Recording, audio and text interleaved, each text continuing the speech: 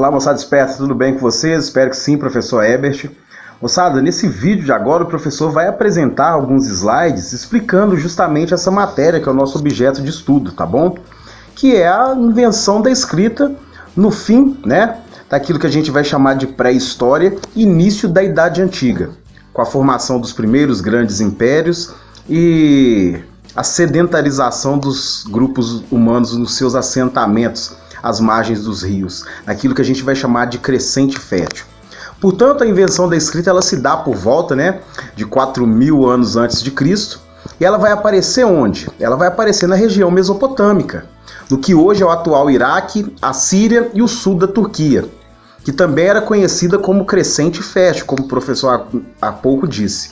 Essa região é conhecida como crescente fértil, moçada, porque está situada naquilo que vai ser chamado de delta dos rios Tigre e Eufrates, tá? O próprio nome Mesopotâmia vem do grego que significa terra entre dois rios. Os rios, né, Tigres e Eufrates, eles têm grande importância na fixação dos assentamentos e dos povos que vão formar as suas primeiras aldeias, que posteriormente irão se tornar cidades e, a princípio, formar os primeiros grandes impérios da antiguidade, tá bom? Eles vão se fixar nessa região justamente pela facilidade de se praticar a agricultura e também a domesticação dos animais e a criação destes. A princípio, tá, os povos mesopotâmios eram separados, eram classificados por grupos, né, em suas tribos, e obviamente isso vai dar origem a povos distintos, tá bom? Então os principais povos que viviam ali na região da Mesopotâmia, nisso que a gente vai chamar de delta do crescente fértil, foram os sumérios, os acadianos, os hititas, os babilônicos, os assírios e os caldeus. Essas são as religiões que a gente vai chamar de semitas, tá? Porque é na região ali do Oriente Médio onde elas vão se estabelecer e se desenvolver também.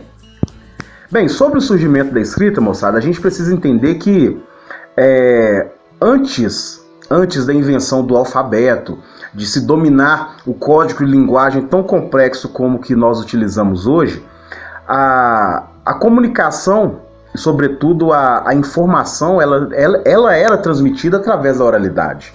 Era a tradição oral que fazia com que os relatos de família se perpetuassem, os relatos daquele povo, daquele grupo se perpetuassem, e a partir da invenção da escrita, isso passa a ser possível transmitir não só para os grupos que utilizam aquela língua, né, que utilizam aquela forma de escrita, mas também para outros que têm acesso a ela no futuro.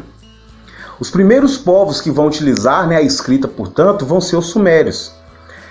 Os sumérios é considerado, moçada, o grupo, né, ou a civilização, a sociedade mais desenvolvida da antiguidade, porque segundo os achados históricos, as diversas fontes a quais nós, historiadores, e sobretudo os arqueólogos têm acesso,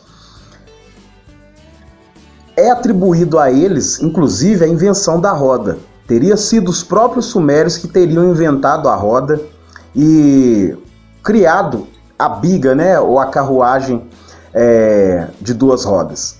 Um outro ponto importante sobre a escrita suméria, pessoal, é que, assim como a maioria das formas escritas mundo afora, das mais diferentes sociedades, ela vai ser composta primeiramente por pictogramas, ou seja, são representações de objetos.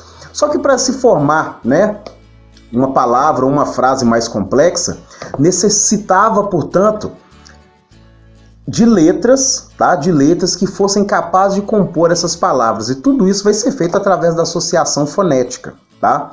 Onde vai dar origem exatamente às chamadas vogais e consoantes que compõem as palavras que são ditas. Preste atenção no slide.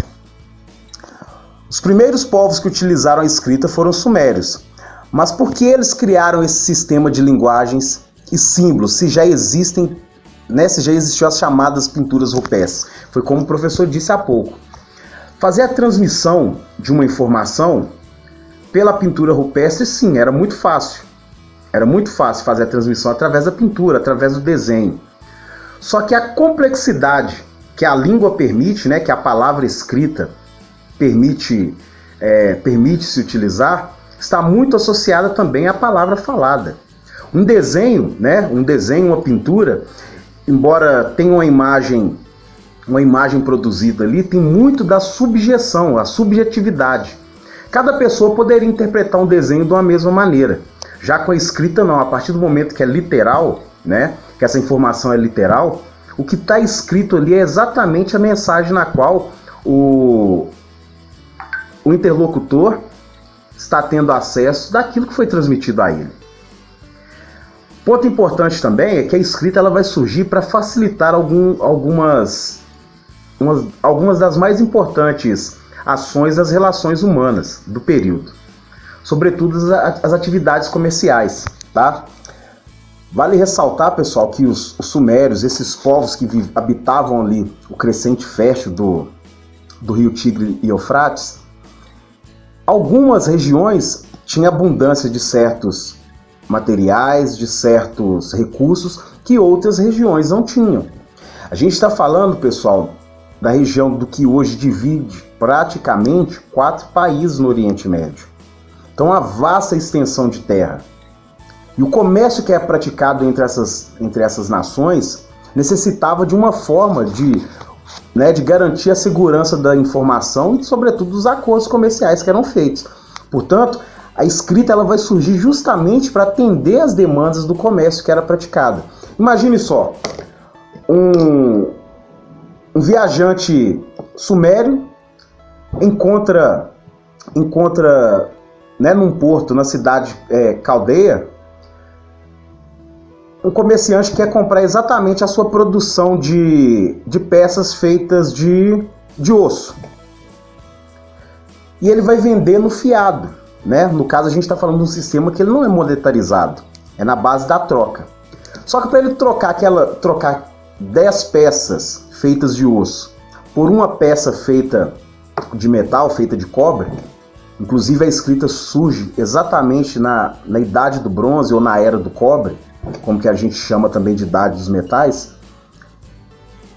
ele precisava fazer essa troca de 10 peças por uma, mas digamos que ele só tivesse 9 peças.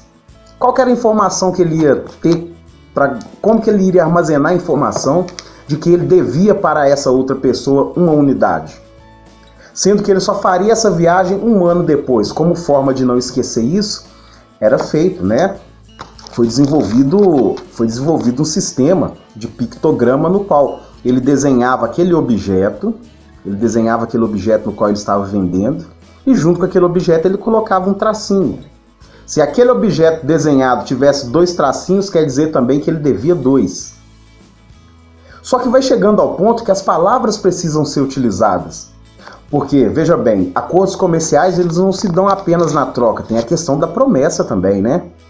Olha, fico garantido fazer um contrato. Eu hoje estou vindo aqui, tal, vou receber de você tantos quilos de centeio, de cevada, mas garanto que no próximo verão eu vou trazer 100 quilos a mais. Como que essa informação pode ficar registrada? É lógico que a palavra tinha muito valor naquele período, pessoal, mas a documentação também vai surgir nesse contexto, porque acontecia do pai fazer um acordo, certo? E aquele acordo ele não morre com a pessoa que fez. O filho vai receber, o genro vai receber, o irmão vai receber, né? Ou vai pagar aquilo. Então a forma que eles tinham era de documentar. E a escrita vai surgir com esse interesse de atender às necessidades comerciais, de atender a questão do registro e informação. E a principal forma de escrita, né, que vai ser desenvolvida pelos sumérios, lá na região da Mesopotâmia, vai ser a escrita cuneiforme. Como o papel, né, o papiro que os egípcios já haviam desenvolvido lá no nordeste da África, não era uma tecnologia dominada pelos mesopotâmicos, eles escreviam na argila, faziam tábuas de argila, tá? E essas tábuas de argila eram escritas, né, com uma espécie de cunhas de madeira, no qual eles prensavam e escreviam as palavras, escreviam seus acordos, as informações eram registradas. Quando eram informações que precisavam ser guardadas, essas tábuas de argila eram assadas no forno, tá? eram assadas no forno, garantia, né, a dureza, a transformação. O miaçal, o barro, ele se transforma, fica duro e pode ser conservado por mais tempo. Inclusive, o conhecimento que nós detemos hoje em relação à escrita cuneiforme se dá justamente a essas tábuas de argila que foram processadas, que foram assadas em forno e que persistiram as eras, aí, esses 6.000 anos de existência, tá bom?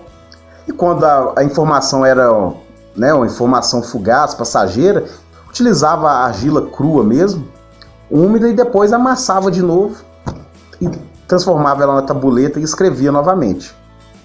Então as cunhas que escreviam nisso daí, né, escreviam nessas tábuas de madeira, elas eram feitas de osso ou feitas de madeira, mas o objetivo era simplesmente o mesmo, sempre escrever nas placas de argila, ou melhor dizendo, nas tábuas de argila. Bem, sobre o legado dos sumérios na antiguidade, pessoal, né, os sumérios, eles têm, né, como sociedade, uma característica muito importante. Vou dizer que eles teriam, né, acredita-se que são eles os inventores da roda. São os primeiros a empregar, né, a força animal na agricultura. Eles vão ser os primeiros a construir sistemas de irrigação utilizando exatamente a água dos rios Tigres e Eufrates, né, usando a cheia dos rios para levar água até o interior das cidades, o que vai representar o quê? Na economia de tempo, que vai representar a possibilidade de tornar cultivável maiores extensões de terra. E dentro da matemática, tanto dentro da escrita quanto da matemática, das ciências, melhor dizendo, que diz respeito inclusive à astronomia, eles vão ser a primeira civilização, tá? A mais antiga inclusive, que nós temos acesso, a dividir o ano em 12 períodos, em 12 meses. E essa divisão de 12, pessoal, nós utilizamos até os dias de hoje para poder contar as nossas horas, os minutos, os segundos e etc. Tá bom? Basta a gente atentar que o dia, né, tem 24 horas, um ano tem 366 dias. Então tudo isso é múltiplo de 12, porque foi o número que eles encontraram dentro da matemática que eles haviam desenvolvido para justificar, né, essa métrica que eles encontraram tanto da natureza quanto do tempo, ok? E aqui o professor mostra para vocês duas tabuletas, duas tábuas de argila, né, de barro, que foram processadas, foram assadas ao forno e hoje são, né, remanescentes, são documentos históricos que têm a escrita cuneiforme. Preste atenção no primeiro aqui, tá? O primeiro nós temos pictogramas, e junto com os pictogramas a gente consegue ver que tem alguns triângulozinhos neles aí. Esses triângulos, pessoal, representam exatamente, né, a pressão que a cunha fez no barro. E esses pictogramas, alguns representam, né, casas, representam unidades de alguma coisa. E abaixo nós temos aqui um outro também. E agora preste atenção no alfabeto, né? No alfabeto da pictografia cuneiforme, onde o professor mostra para vocês o seguinte: olha a estrela. A estrela dentro da escrita cuneiforme sumérica, ela tem, né, tem vários significados. Ou pode ser o céu, pode ser um deus, né, o deus deles. E é justamente essa transformação que a gente vai tendo, moçada, nessa escrita, nessa pictografia, tá? Pictografia quer dizer desenho gráfico, tá bom? Desenho escrito, que tem uma funcionalidade de transmitir uma mensagem. E abaixo a gente tem aqui também, olha, a cabeça de vaca. Prestem bastante atenção, pessoal, no quanto esses elementos vão influenciar, inclusive, os demais alfabetos da antiguidade. Vale lembrar que quando uma sociedade desenvolve uma ferramenta, ou desenvolve uma estratégia, esse contato que ela vai ter com outros povos acaba sendo assimilado, absorvido por eles e melhorado.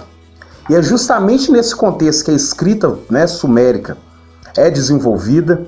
As outras nações contemporâneas a eles compram essa ideia, percebem, né, o ganho positivo que a escrita representa, e eles vão começar a utilizá-la e fazendo também as suas adaptações.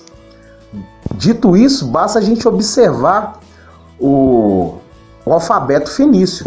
Os fenícios é também uma grande civilização da antiguidade. São baitas comerciantes, assim como os sumérios eram, mas os fenícios eles praticavam o comércio como a sua única fonte, tá? Como a sua única fonte de riqueza. A única fonte da economia fenícia era o comércio. E esse contato que eles vão ter com múltiplas culturas vai fazer com que eles levem o alfabeto deles, a forma escrita deles para outras regiões. E é justamente o alfabeto grego, né? O alfabeto grego vai ser assimilado pelos gregos lá na antiguidade, naquilo que a gente vai chamar de período arcaico. E eles vão também fazer a adaptação do alfabeto fenício. Só que a adaptação grega ela tem uma vantagem. O alfabeto fenício ele não possui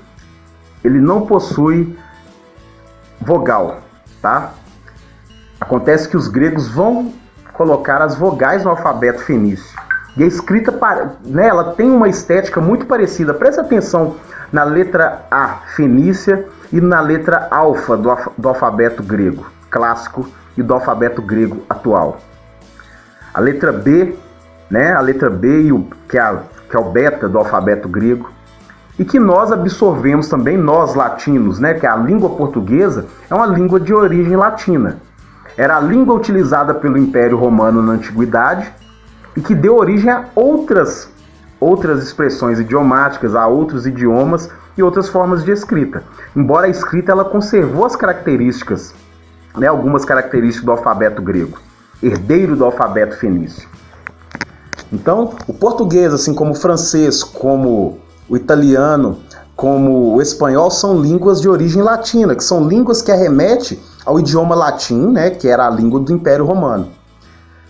Um exemplo básico para a gente poder entender isso é só percebermos o quanto se parece algumas palavras que são utilizadas no dia a dia. O bom dia em francês, bonjour. O bom dia em português, bom dia, obviamente. O bom dia em italiano, buongiorno. E o bom dia em espanhol, buenos dias. Todas elas parecem.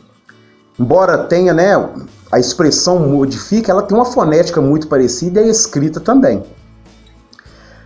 Bem, então a gente sabe agora quando que surgiu a escrita, né? Sabemos que ela aparece lá por volta de 4.000 anos antes de Cristo, que a primeira civilização a dominá-la vai ser os sumérios. E essa forma de escrita tem por objetivo o quê?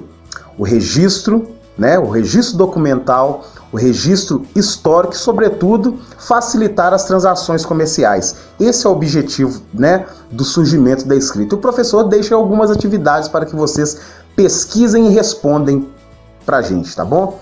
Sendo a primeira, a invenção das escritas pelos sumérios possibilitou uma melhor organização da sociedade e uma série de novas práticas. Explique em que consistia esses novos métodos. Pesquise aí e escreva para a gente o que você encontrou que a escrita possibilitou às sociedades da antiguidade a obter.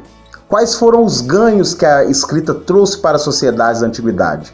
E a segunda, a região chamada de Mesopotâmia recebeu o nome de Crescente Fértil. Comente os principais motivos dessa nomeação. Como o professor disse, né? Mesopotâmia vem do grego terra entre dois rios, ou terra entre rios. Foi o próprio Heródoto, né, conhecido como o pai da história, quem deu esse nome à região. Ele viajou até o Oriente, onde ele conheceu e observou aquele entrocamento dos dois rios, o Tigre e o Eufrates, e ele vai chamar aquela região de Crescente Fértil. Mas por quê? Responda aí na número 2. Por que é chamado de Crescente Fértil essa região? Espero que essa explicação tenha ajudado. Um abraço, nos vemos no próximo slide. Até mais.